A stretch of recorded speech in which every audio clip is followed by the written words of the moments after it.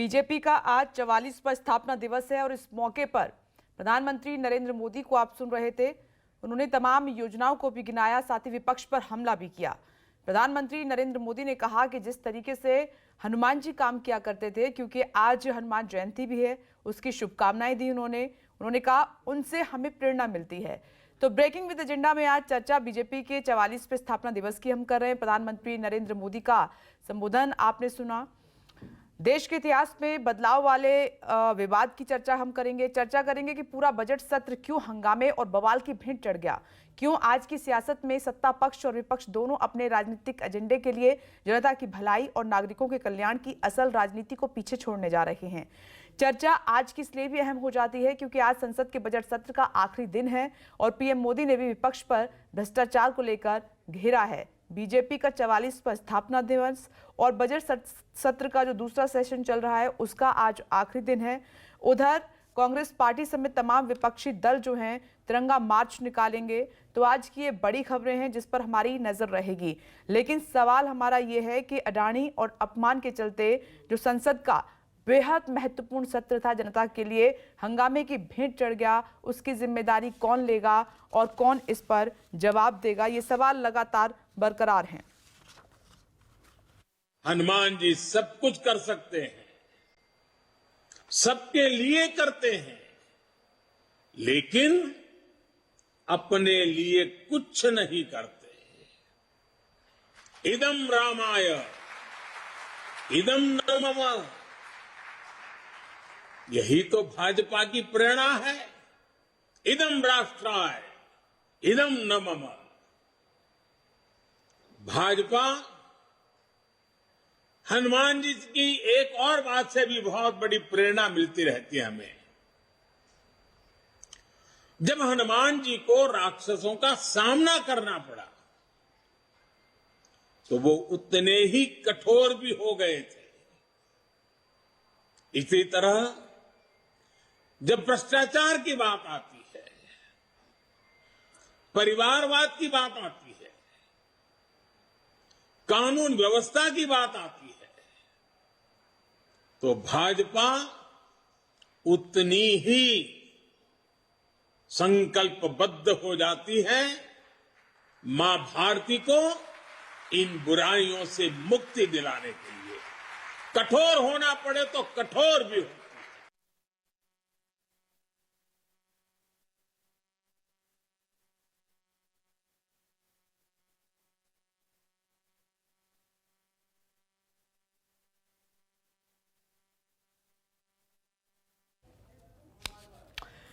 कुमार गौरव इस वक्त मेरे साथ मौजूद हैं। कुमार गौरव, आज 44वें स्थापना दिवस पर प्रधानमंत्री नरेंद्र मोदी ने कई अहम बातें कही हैं, जिसमें उन्होंने जयंती पे हनुमान जी की उनका जिक्र करते हुए जोड़ते हुए कहा है कि जिस तरह से हनुमान जी जैसे हालात होते थे, कठोर हो जाते थे, वैसे ही आज बीजेपी को भी होना पड़ रहा है।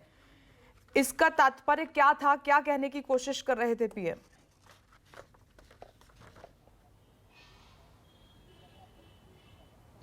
देखिए, जाहिर तौर पे प्रधानमंत्री ने अपने संबोधन में ये बताने का प्रयास किया है कि 2014 से पहले जिस तरह भगवान हनुमान के पास शक्ति थी लेकिन उन्हें बताना पड़ता था, उससे पहले भारत की स्थिति ऐसी थी, उसके पास शक्ति थी लेकिन कोई बताने वाला नहीं था। बीजेपी की सरकार यानी नरेंद्र मोदी की सरकार जब से आई है, भारत दुनिया में काफ़ी आगे बढ़ रहा है। और जहाँ तक एक तरह से कार्यकर्ताओं को एक मैसेज है, उन्होंने परिवारवाद और करप्शन दोनों मुद्दे पे बात की और कार्यकर्ताओं को मैसेज दिया कि पार्टी इसके सामने झुकती नहीं है बल्कि डटकर इसके खिलाफ लड़ती है। जो अभी करंट सिनेरियो है उसमें कहीं ना कहीं राहुल गांधी समेत कांग्रेस पार्टी और विपक्ष के जिन तमाम नेताओं पे ईडी सीबीआई के मामले चल रहे हैं, उसके लेकर जो विपक्ष हंगामा कर रहा है, कहीं ना कहीं ये एक मैसेज है प्रधानमंत्री की तरफ से सीधा कि जो ज्वाइंट अपोजिशन का जो अटैक है बीजेपी पे, उसको लेकर झुके नहीं, वो लड़ते रहें, क्योंकि सरकार भी नहीं झुकने वाली। आपको याद होगा 1-2 दिन पहले सीबीआई का कार्यक्रम था, उसमें भी उन्होंने कहा था कि बड़े लोगों का दबाव आप पे आएगा लेकिन आप झुकना मत, कार्रवाई करना। उससे पहले पार्टी की पार्लियामेंट्री बोर्ड की भी पार्लियामेंट्री पार्टी की भी बैठक हुई थी और उसमें भी उन्होंने कहा था कि करप्शन के खिलाफ जो लड़ाई चल रही है वो चलती रही। कुल मिलाकर आज का जो प्रधानमंत्री का भाषण था उसमें कहीं ना कहीं कार्यकर्ताओं के लिए एक मैसेज था। ये आप कह सकते हैं कि चुनावी आगाज आज से प्रधानमंत्री नरेंद्र मोदी ने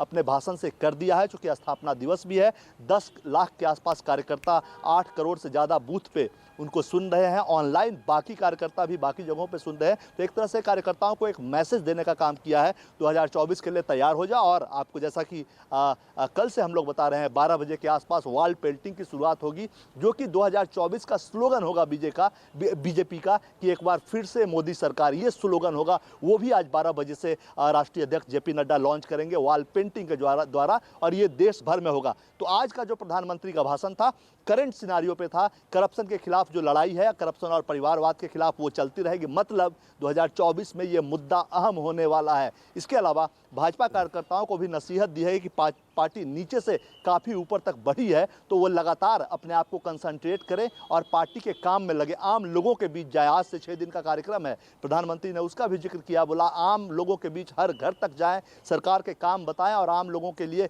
क्या किया है मोदी की सरकार ने 9 साल में और पार्टी का आगे 24 के लिए क्या विजन है, वो तमाम चीज़ें बताएं। तो आज का जो पूरा ये 40 मिनट के आसपास का प्रधानमंत्री का संबोधन रहा, उसमें कहीं ना कहीं 2024 के लिए एक लाइन कार्यकर्ताओं को दी है, जीत का मंत्र दिया है कि आम लोगों के पास जाओ, उनसे व्यक्तिगत संबंध बनाकर रखो, वही जीत की गारंटी है। वहीं एक मुद्दा भी दे दिया है कि करप्शन और परिवारवाद 2024 के लिए जो मुख्य लड़ाई है, मुख्य मुद्दे हैं लड़ाई के, वो रहेंगे। विपक्ष एकजुट होगा तो भी, चूंकि एक मैसेज दिख रहा है कि विपक्ष एकजुट हो रहा है, विपक्ष अगर एकजुट होता है तो भी इन 2 मुद्दों से को लेकर अगर जनता के बीच जाओगे तो कंबाइंड अपोजिशन को भी परास्त कर सकते हो। ये प्रधानमंत्री ने बताने का प्रयास किया है कार्यकर्ताओं को। और आज एक तरह से मानकर चलिए कि प्रधानमंत्री के इस संबोधन के साथ, स्थापना दिवस के संबोधन के साथ 2024 के लिए बीजेपी ने चुनावी कैंपेन का आगाज कर दिया है। और एक बार फिर से मोदी सरकार, ये टैगलाइन होने वाला है 2024 लोकसभा चुनाव के लिए बीजेपी की तरफ से। जी।